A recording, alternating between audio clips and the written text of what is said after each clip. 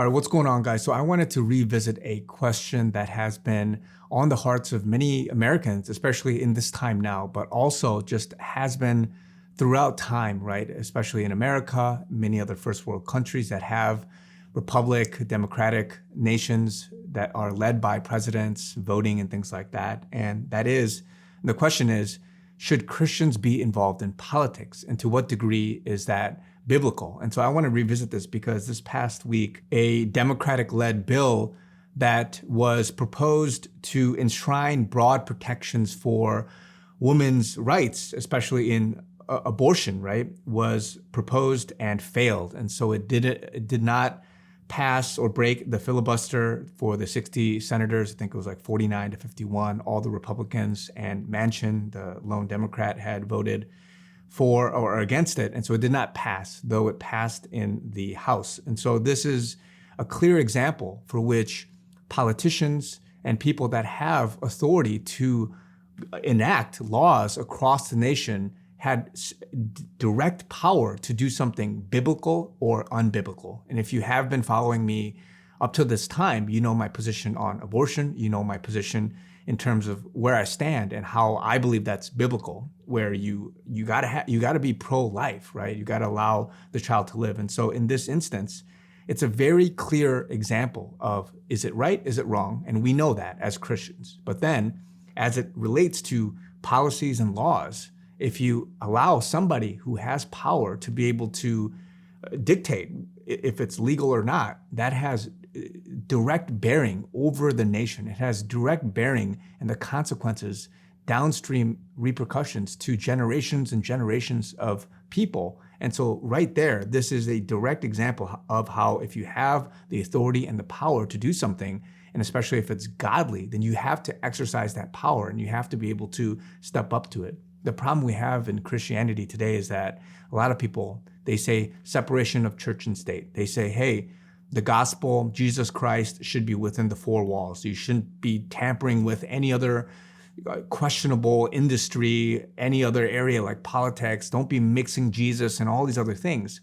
But what people fail to realize is that they have an incorrect view of applying what is Christ-like characteristics to other realms in society, your work, your livelihood, your family, your friends, all of the things with social justice, and especially in politics. Because if you think about it, yeah, the Bible doesn't say, hey, you gotta be a Republican. Yeah, you gotta be this person or that person. But you're missing the point in the sense that if you have the opportunity and the chance to be able to dictate a godly decision, to uphold idols in a nation and to have these modern day statues of Baal, or to tear it down, then you would want to opt for tearing down idols. And people are gonna bring up, oh, freedom and let people be and this and that.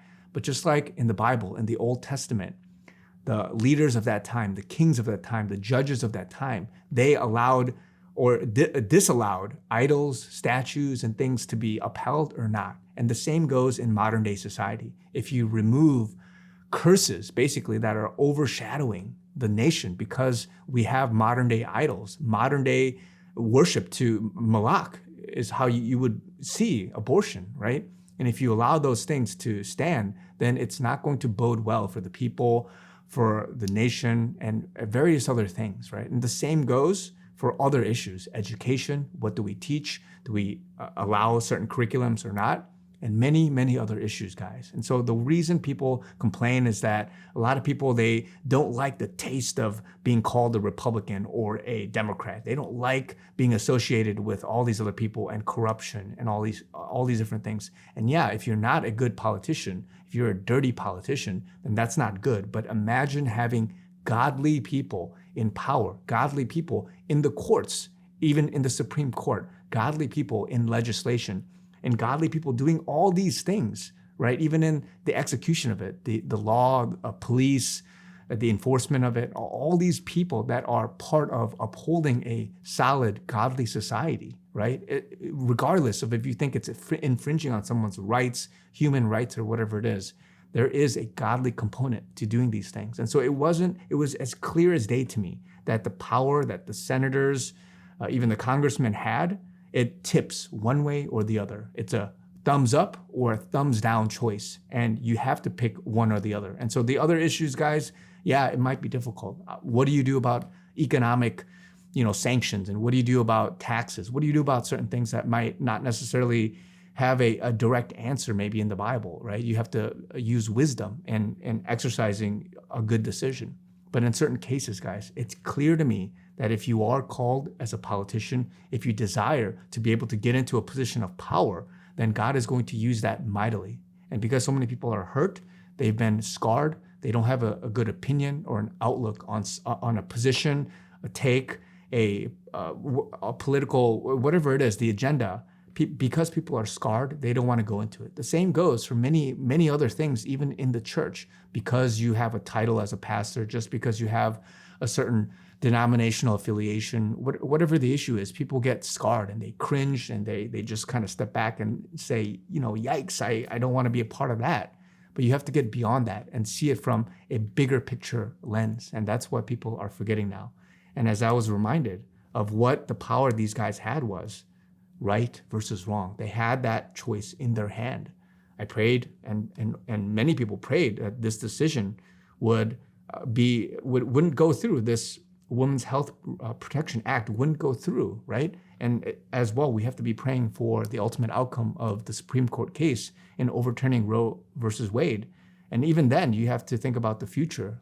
State legislation, governors, senators, and whoever it is that are doing more of the local level decision making, they have a role to play too. And so again, guys, I'm here to tell you, it is biblical to be able to take arms in a political position, to be able to pass policies and laws for godly purposes. And you can't be limiting your Christianity to the four walls around you and say, hey, we should just play it safe here.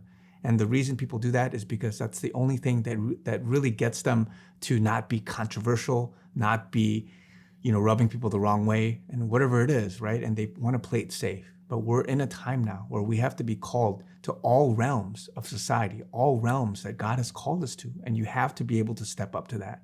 And so it's no different for politicians. It's no different for judges and clerks, legislators, many people, right, in all these roles. So if you pray and you ask the Lord, show me, Lord, how is it possible that we shouldn't be separating church and state, or whatever that means, right? And those are, again, buzzwords.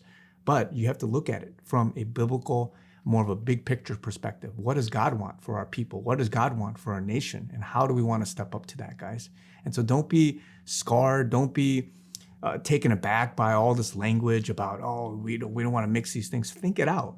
Pray through it and see, man, how is it, especially in this case, and it was an obvious case of good versus evil. How is it that in other instances this can be applied such that we can have godly people and we can vote? We can vote for people, guys, for godly things to happen. But the problem is we need godly people to step up. We don't want all these liberal or ungodly people stepping up into government. And if you let it be and you just step back and say, I don't know anything, I don't want to vote, I don't want to do anything, then you're just going to let the devil, Satan, and people that are ungodly step up and pass laws that are going to be against biblical values. So you have to think about it that way, guys. So hopefully this has encouraged some people, guys, to rethink this issue of, should Christians be involved in politics? Should Christians vote? Should Christians think about legislative issues in a way that doesn't really hurt us from my identity is a Republican or a Democrat or whatever it is, guys. In modern day society, this is how this is the avenue for which we get into the position of power. But then you have to look at it from a 10,000 foot view, from a big picture perspective, and say, man, what is it that God wants me to do? Despite the title, despite the negativity, despite all the image issues that people have that has scarred people for such a long time, guys. So hopefully this encourages you to think about it. I'm thinking through it, but it's very clear to me, guys, that if we can step up and we have the opportunity, we have to do it, guys. So God bless you guys. We're in good times now, guys. Keep praying. Love you guys. Talk to you guys very soon.